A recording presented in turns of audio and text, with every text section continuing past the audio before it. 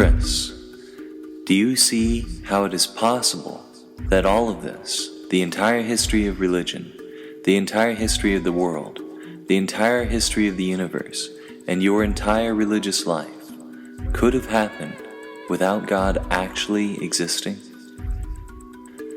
As I read this question, my mind walked through all the arguments I had made for God throughout my life. I had always assumed that the reason my intercessory prayers were not answered with a supernatural frequency was because intercessory prayers contradicted with God's omniscience. I assumed that an omniscient God already knew what was best for me, and that it was me who needed to listen to Him, not the other way around. However, I could see how it was possible that my intercessory prayers weren't answered because there simply was no God there to answer them. I had always assumed that morality was independent of God because otherwise it would just be a meaningless expression of God's opinions. Because if that were true, God could command things like rape, murder, and child molestation, and they would become moral. I had always assumed that we discovered morality through reason and experience because God had given them to us. I assumed that God made it our responsibility to use those gifts to discover what was right. However, I could see how it was possible that the praiseworthy systems of morality that I learned about in my otherwise secular ethics class were independent of the concept of God because there simply was no God.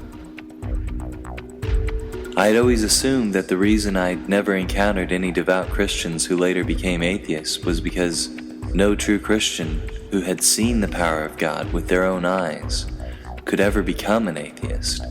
I'd always assumed that atheists were never true former Christians, but rather people who were ignorant of the Bible and what it meant to be a Christian.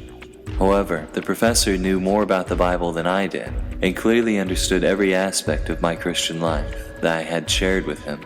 He had been a devout Christian, as confident in his own faith as I was in mine, until he had met Ramon Menendez-Pidal. The professor was someone who clearly had been a true Christian, and clearly and fully understood Christianity, even valued it, and yet, through research and investigation, had rejected it.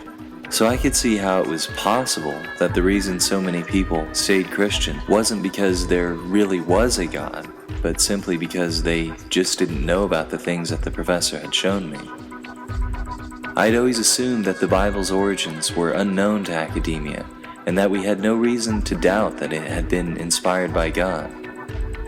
However, through the documentary hypothesis, the professor had shown me that academia had made a well-documented and thorough study into the origins of the Bible, and had come to a consensus about precisely how much of it was put together using human reasoning.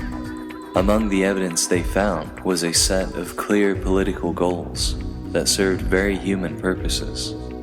So I could see how it was possible that there really was no God inspiring them, but rather that the Bible was just the result of their own human reasoning. I could see how it was possible that they only thought God was inspiring them, but in reality they were just subconsciously projecting their own personal or societal beliefs onto what they perceived as God in their own minds.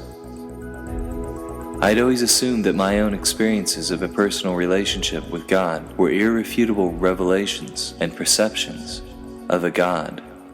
However, I could see now how those experiences could be explained as simply the result of my own psychology.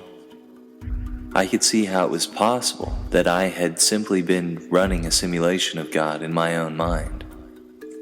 And if both the Bible and the concept of God had come from human origins, then any of the logical arguments that Schroeder had made in his book fell flat.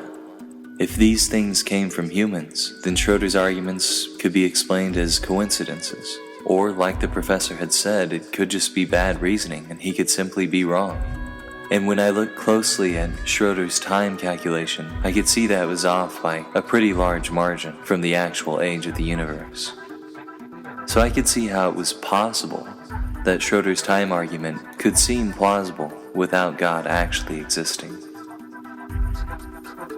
And I could see how it was possible that the entirety of creation existed without God actually existing, The very reason that I had originally needed Schroeder's book to comfort me was because none of the processes I had learned about in my physics or biology classes appeared to require a God to work. So of course I could see how it was possible that they simply didn't. So yes, I could see it. I could see how everything in the universe was explainable without a God actually existing. I could see how all the religious symbols and materials and experiences could have manifested without there actually being a God. I could see how it was all possible without a God guiding or creating or controlling anything. That is all it takes, the professor replied. What did he mean by that? This seemed like an obvious logical mistake to me. Just because it was possible that God didn't exist, that didn't mean God didn't exist. Just because I could see how everything could have happened without God existing, that didn't automatically mean God didn't exist. I'd known from the beginning of this conversation that it was possible that God didn't exist. This was nothing new to me. Yet, over the next few days, something happened in my mind. Somehow walking through each of my core beliefs and experiences and appraising them fully, and specifically as being possible without God actually existing, had changed something about my perspective. Somehow, walking through each detail and seeing how I didn't need God to explain any of it had changed the way I saw things.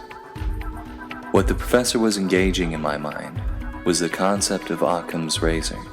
Occam's razor states that, when faced with two opposing explanations for the same set of evidence, our minds will naturally prefer the explanation that makes the fewest assumptions. So if an event or process can be explained without an extra, superficial element, our minds will naturally shave that element away, using Occam's razor. For example, if I heard a loud bump in my closet, I may initially think there's some kind of animal in there, moving around. However, if upon opening the closet I discover that I'd left a box precariously close to the edge of the shelf and that the box is now on the floor, I probably wouldn't think there was an animal anymore. Further, if I looked around carefully in the closet with a flashlight and didn't find an animal, or any evidence of an animal such as hair or claw marks, or any evidence that an animal had escaped the closet, such as a hole in the wall, I probably wouldn't think there was an animal there. In my mind, I have two opposing explanations. One is that an animal knocked the box off the shelf, causing the noise I heard. The other is that the box just fell off the shelf because of natural processes, like a lack of friction and gravity, or the fact that the shelf was tilted. If I wanted to go on believing that an animal had caused the noise, I would have to make assumptions that I have no evidence for. For example, I would have to assume something like the animal had quietly run out of the closet door as I opened it without me seeing it. The explanation that made the fewest assumptions, and yet still accounted for all the evidence I had, was that there simply was no animal. And so Occam's razor would automatically be used by my mind to shave the animal out of the explanation as an extra and unnecessary element. An animal was not needed to explain the events, and so there was no evidence motivating me to believe that there had been an animal in the first place. It was still possible that an animal had been there, but I had no reason to motivate me to believe that. And, the professor was implying, the same was true for God. Everything I had described to the professor was explainable using the natural world we all knew existed. So what motivating evidence did I really have for adding God as an extra element to the explanation? What motivating evidence did I have for thinking it was necessary to believe in God?